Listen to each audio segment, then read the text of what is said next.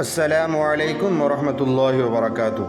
آج ہم آپ کی خدمت میں بہت پیاری سی ایک واقعہ لے کر کے حاضر ہوا ہوں۔ کسی ملک کا بادشاہ بڑا ظالم تھا۔ ایک روز اس کے دل میں خیال پیدا ہوا کہ نیا محل بنانا چاہیے، لہٰذا اس نے فوراً انجینئروں، کاریگروں اور مزدوروں کو بلایا اور انہیں حکم دیا کہ اس کے لیے ایک شاندار محل تعمیر کریں۔ اس کے حکم پر فوراً عمل شروع ہو گیا، چنانچہ اس کی بنیاد رکھی گئی اور جلد ہی اس کی تعمیری کام شروع ہو گیا۔ جس جگہ اس کا نیا محل تعمیر ہو رہا تھا، اس کے ساتھ ہی ایک بڑھیا کا گھر تھا۔ اس بڑھیا کو کہا گیا کہ بادشاہ کو اپنا محل بنانے کے لیے تیرے گھر والی جگہ کی ضرورت ہے، لہٰذا وہ چاہتا ہے کہ تو یہ جگہ اس کو بیچ دے۔ لیکن بڑھیا نہ مانی، اس نے اپنا مکان بیچنے سے انکار کر دیا اور کہنے لگی کہ میرے اتنے سارے بچے ہیں، میں انہیں لے کر کہاں ماری ماری پھروں گی، لہٰذا میں یہ گھر نہیں بیچ سکتی۔ بادشاہ کے حواریوں نے بڑا اصرار کیا کہ وہ یہ گھر بیچ دے، مگر بڑھیا نہ مانی۔ پھر وہ کسی کام سے اپنے گھر سے باہر گئی تو وزیروں نے حکم دیا کہ اس کے گھر کو کہیں اور منتقل کر دو، لہٰذا اس بڑھیا کے واپس آنے سے پہلے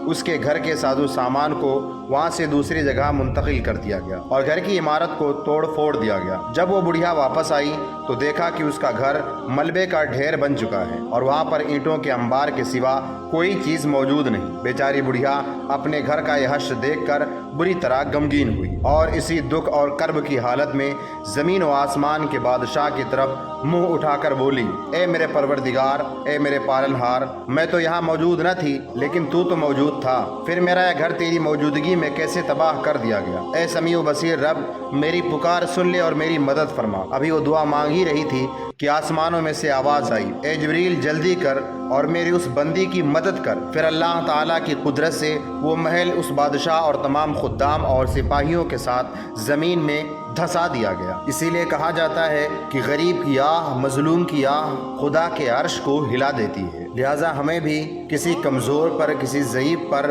کسی مجبور و محتاج پر اپنی طاقت کا نشان نہیں دکھانا چاہیے۔ اللہ تعالیٰ ہم تمام لوگوں کو ہدایت عطا فرمائے۔